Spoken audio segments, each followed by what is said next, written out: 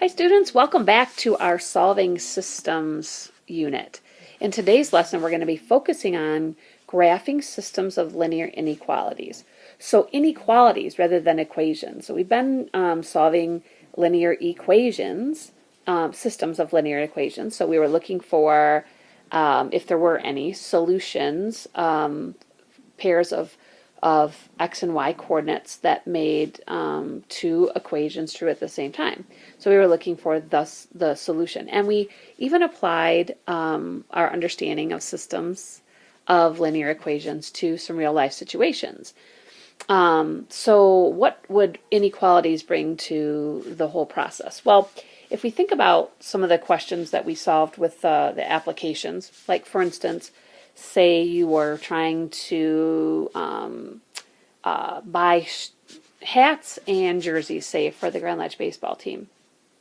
And you have certain prices for the hats and for the jerseys. And you also have a certain budget that you have to spend. But then you also have a certain number of team members that you need to make sure have hats and shirts. So you have these criteria that you have to meet, and that's exactly how systems of equations come into play, because we have more than one condition that our solutions have to meet. You have to stay under a certain amount of money, so you have a budget, or you have a certain budget to spend, I should say, and then you have a certain number of those things that you need. Now, when you think about, though, if you have a budget, a certain amount of money, it doesn't mean you have to spend every single cent of it, right? A budget is meant to be a maximum amount, something that you don't go over, contrary to how some people see a budget. But it doesn't mean you have to spend it all. So let's say you have a budget for these shirts and or these jerseys and hats, and you have a certain number that you need to get, and you think, well, I could buy extras, or I could just save some of that money for when, say, we need to replace and get pants. So maybe you're not going to spend the entirety of your budget. And this is exactly where inequalities come in. So what we're going to do is, once we learn about how to solve a system of linear inequalities, then we're going to kind of go on and kind of maybe relook at some of these application problems in maybe a new light. And, now instead of having to get a value, an ordered pair, a solution that makes both exactly, both true at the same time, make them exact, maybe we would just have options. Like you could have lots of different possibilities that would still satisfy whatever conditions you have, like so many hats and shirts that you need and whatever your amount that you have to spend. But it just gives you more options with inequalities. So first we're going to review in this lesson how to graph linear inequalities. Because really graphing linear inequalities and systems of linear inequalities is the actual only way to solve systems of linear inequalities. We can't use elimination, we can't use substitution here, which were the methods we used when we had systems of linear equations. But for inequalities, graphing is going to be the method. So first of all, how do we graph a linear inequalities? So let's say we just had this inequality alone, just negative 6x plus 3y is less than or equal to 12. So, thinking back when we did that in Algebra 1, we would graph this just like it was an equation. So we'd kind of pretend like this was an equality, and we'd graph what's called the boundary line. And so step 1 was to graph the boundary line. And we would always graph that boundary line if we had a greater than or equal to or a less than or equal to, we would graph it with a solid, right, line. And if we had a greater than or a less than, we would graph it with a dashed line. And that's because then we were saying values that are actually on the line don't make it true if it's greater than or less than. So the dashed line would indicate that points on the line don't make this true. And then we would we would shade below or above based on the inequality. And then that shaded region would contain the solutions that made it true. So we're going to adapt these steps here just a little bit to do systems of linear inequalities. So step 1 is, let's just graph the boundary line here. So the easiest way to do this one right here is to make a table of values and you could find the intercepts, right? But one of the things that it's actually a little easier to graph something like this if it's in slope-intercept form. It's also easier to tell, it's also easier to tell where to shade if it's written in slope-intercept form. So that's step one, is we're going to take these and put them in slope-intercept form. So step one is I'm going to add 6x to both sides. So that makes 3y, 3 is less than or equal to, right, 6x plus 12. And then we're going to divide by 3. So we're going to divide that 3 off, right? And that's going to make y is less than or equal to 2x plus 4. So that's our first line written in slope-intercept form, right? So that one's going to be the new form of it. And then the other line is y is less than negative 1/2 x minus 3. So let's go ahead and graph this first one. So it has a y-intercept of 4, and it's got a slope of 2. So I would rise 2 and run 1. I could also go down 2 and left 1. And then when I connect them, I'll get that boundary line. And I want this boundary line to be solid because it's an or equal to, right? And so if I were ready to shade here now, I would look at this inequality and I'd say, okay, well, this is a less than or equal to. And so I could test a point on either side of the line to shade. That's one way. That's the way we do that if we leave them in standard form. We'll do that. So I could have left it in the original form, graphed that, and then I could have tested a point, like say pick a point over here and see if it works. And if it does, then I shade over here. And if it doesn't, and then I go to the other side and I shade over here like that. But when they're in slope-intercept form like this, we can just look at that inequality sign and say that y is less than or equal to 2x plus 4, and where y is less than this line would be below. So this tells me I'm going to be shading below. Now, because I know there's another line to consider, I don't actually shade this all the way. I put the little arrows. It's just a strategy that I use. Because what I'm going to be looking for is actually the region where these two linear inequalities overlap. So I don't want to shade the whole thing in and then it be kind of confusing where exactly the solutions are. So I just do this for now, just to say if I were ready to shade, this is where I would shade. Okay. Now the other one, we're doing a different color. It's already set up in slope-intercept form. It has a y-intercept of -3. So here's -3. -3, and it's got a slope of -1/2, which means I'm going to go down 1 and right 2, which would put me right there, down 1 and right 2, maybe go up 1 and left 2, which would put me right here, and then I'm going to graph the line. Now this time the line's going to be a dashed line because it says it's just less than. So I'm going to have to go back through and erase a little bit of this so that I've got a dashed line, and what that means is the numbers on the line itself, those coordinates on the line, don't make this inequality true. But because this is a y is less than -1/2 x minus 3, that means anything below it would. So like I would go and shade below. But now because I actually have two lines here, I'm looking for where both of these sets of arrows point to. And they actually both point in this region right here. So this region right here that's shaded would have been the double shaded region if I had actually done all the shading. And so actually that's where my solution set is. So again, instead of having to shade them all like all the way in and then have to go back and erase or to try to decipher where the overlap is, I use the little arrows to point, and then where I look to see the region where both sets of arrows point.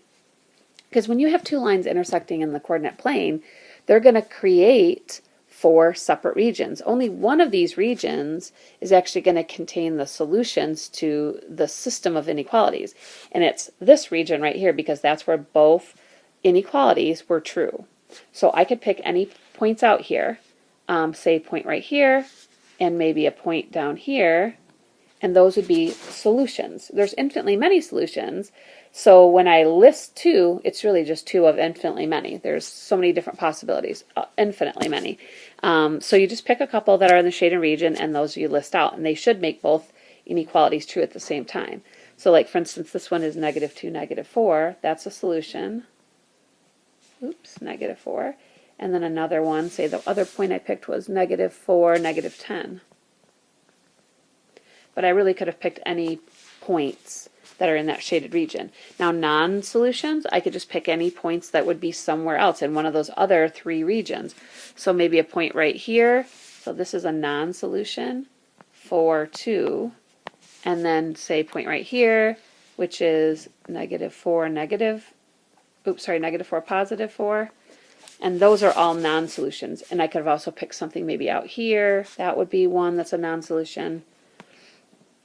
So in general, our steps that we're going to follow are very similar to the ones when you're just solving or just graphing, excuse me, a single linear inequality, except for we're going to kind of expand on that a little bit. So instead, we're going to graph the boundary lines using a solid line for greater than or equal to or less than or equal to, and dashed for greater than or less than. We're going to shade below or above, and then we're going to, step 3 is look for the overlap. And that's got your solutions to both. So your solution set would be the overlap of the 2 shadings. So how we shade really is going to depend on the form that the line is in. If the lines are in slope-intercept form, it's really easy to tell. You just look at whether it's saying that y is less than or equal to, or if it's y is greater than or equal to. If instead you leave it in this original form, this standard form, then the way you'd have to tell whether you shade would be to substitute in a point on one side or the other of the line and just see if it's true. And if the point works in the inequality, you shade on that side that contains that point. If not, you go on the other.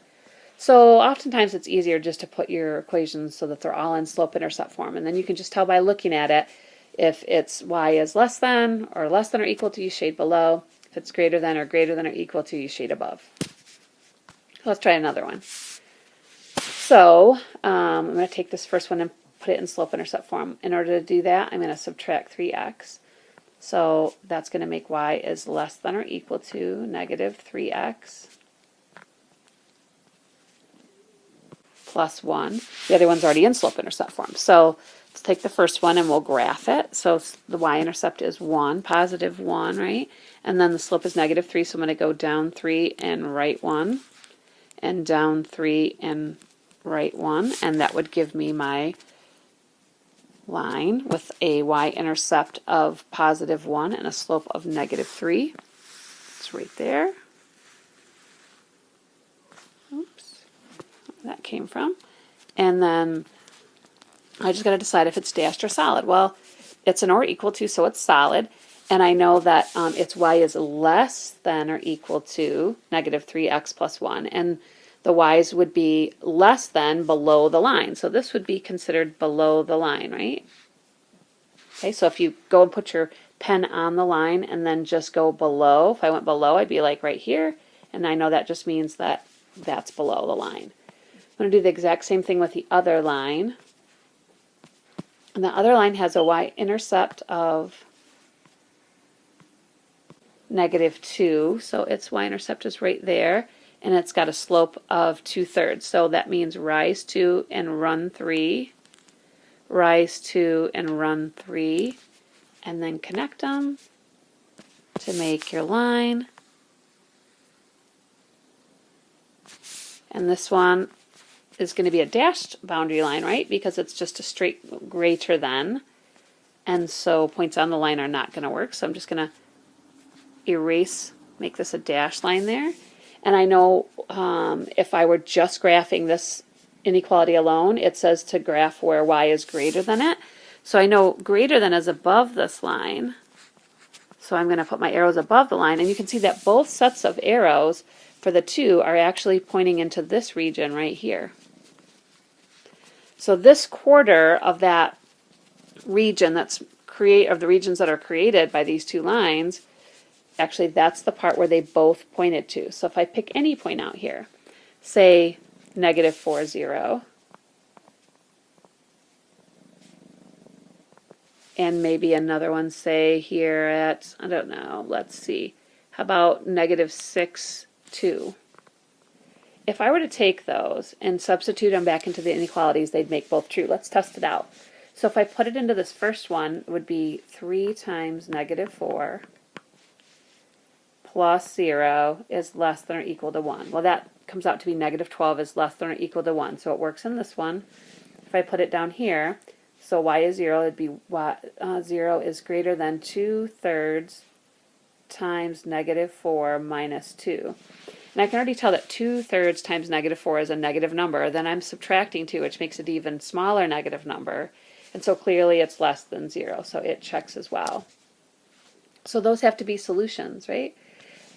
So we've checked it in the 2, or one of the points, and you could check any other one too, but it's not a bad idea to, once you've established your region, to test it at least in one, at least test one of the ordered pair. So now, to pick numbers that are not solutions, we're just going to go to one of the other regions, and we have 3 regions to choose from. So just pick points that are in one of the other 3 regions. So like if I picked a point right here, this one is only going to make ones that, like if, was there one of them that pointed above? Actually, I don't think either one of them pointed above. They were both, oh yeah, actually one was greater than. It would have made the bottom inequality true, but not made the top one true. So that is a non-solution. That's at 2, 2. And had I picked one, say, right here in this region, like 2, negative 8, that would have made the blue one true, the blue line, blue inequality true, but it would not have made the red one true. It would have only been, because this one, the arrows, remember they went down here for the blue? Okay, so it would have been in that region, but the red one went up here, right? So it wouldn't have made the bottom inequality true, but it would have made the top one true. So there are infinitely many solutions. There's infinitely many choices here. So you just pick 2 that are in the shaded region, and they should make both true. Okay, so now it's time for you to do a couple U-tries. So I want you to pause the video, give these a try, and tune back in to see if you identified the correct solution set. It does say give 2 ordered pair that are solutions and 2 that are not solutions as well, so don't forget to do that. Pause the video and give these 2 a try.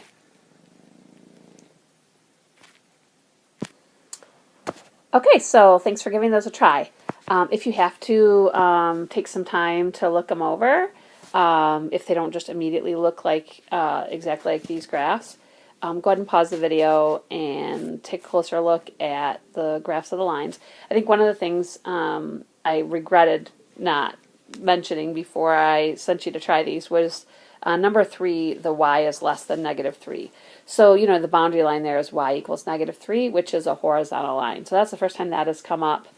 So that means since it was y is less than negative 3, that meant it was below that horizontal line that crosses at negative 3. So, but anyway, if you have any questions on those, be sure to take a note and bring those up when I see you in class.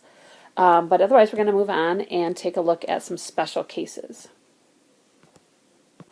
So, you know, we looked at systems of linear equations where the lines were parallel. And what that meant was that there were no shared points, there was no solution. So when they're equations, 2 parallel lines would, of course, never cross.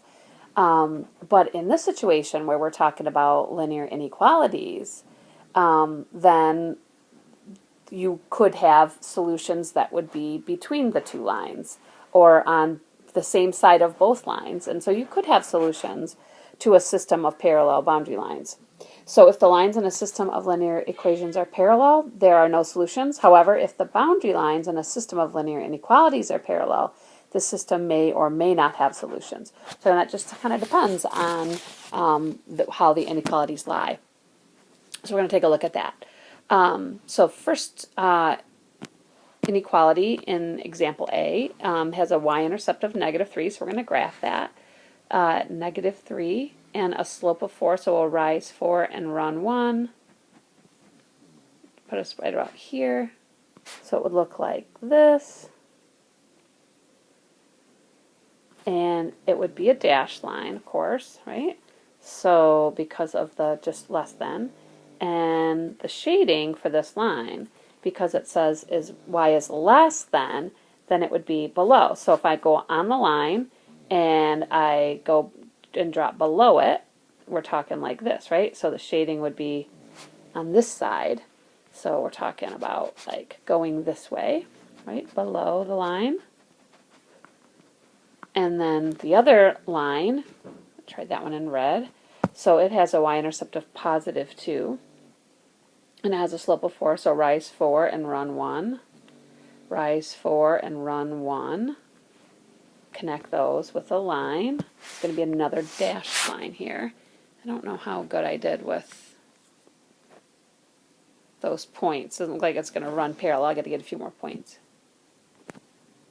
So it looks something like that. And again, this is dashed because it says y is greater than. So this time we're graphing above the line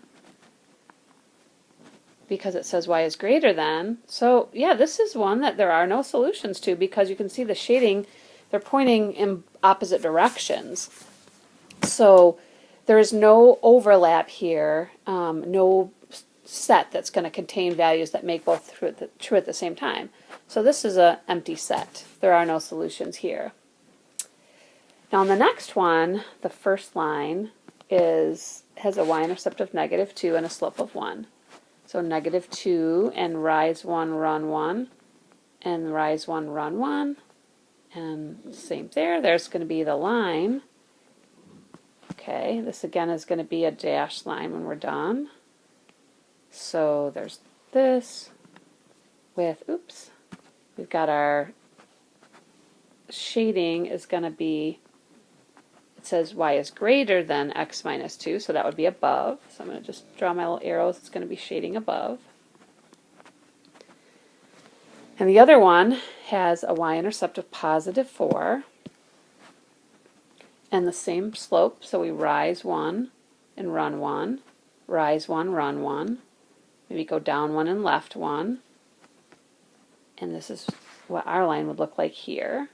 Oops, that's kind of not on the same, where it's supposed to be there. And then this one's a solid boundary line. And this one says to graph, or to shade below. So again, this time I'm going to be shading going this way, below the line. And now I can see that the arrows are pointing the same way, and that all the solutions actually lie right in between these lines. So this one does have solutions. And it's any solution, any point that lies in between will make both true. So for instance, right there, 2, 4 would be a solution, or 0, 0 would be a solution, any of these in between those two lines. So even though these have the same slope but different y-intercepts, they still have solutions because now we're talking about, we have a broader range of possible solutions because we say it either has to be just greater than or less than. And just one thing to note, because I think we haven't really emphasized too much the significance of these solid lines. I could have even said that a solution like, say, this one right here that's at 4, 0, I'm sorry, 0, 4. 0, 4 could also be a solution because it's actually on the line, so it makes the inequality, the bottom inequality true, but it also makes the top one true because it's above the line. So like for instance, if we put 0, 4 into the top one, it would look like this. 0 is greater than 4 minus 2. Oops, sorry. Oops, I mean 4 is greater than 0 minus 2. So it works in that top one. It also works in the bottom one because then 4 is less than or equal to 4 plus, I am not doing so hot, sorry, 0 plus 4, which would say y 4 is less than or equal to 4, which would also be true, as well as 4 is greater than negative 2 would also be true. So because these are solid lines here, now any point on the line, like I could pick this point, any of these points on the line that would also work, plus anything in this shaded region. Now if that red line had been a dashed line, if that had just been y is less than x plus 4, points on the line would not have worked in that one. So it would have only worked in the top inequality. So again, just the significance of the solid lines here are that points on the line are also solutions. And a couple of you try questions. So again, you're gonna pause the video, give these two a try, look to see if there are solutions, what the regions are that have the solution, and if so, list some possible solutions. So pause the video now.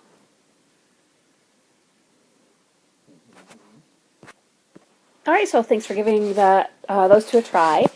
So in number 5, the solution set would be the region that is below that line, that blue line, which was the y is less than or equal to negative 2x minus 3.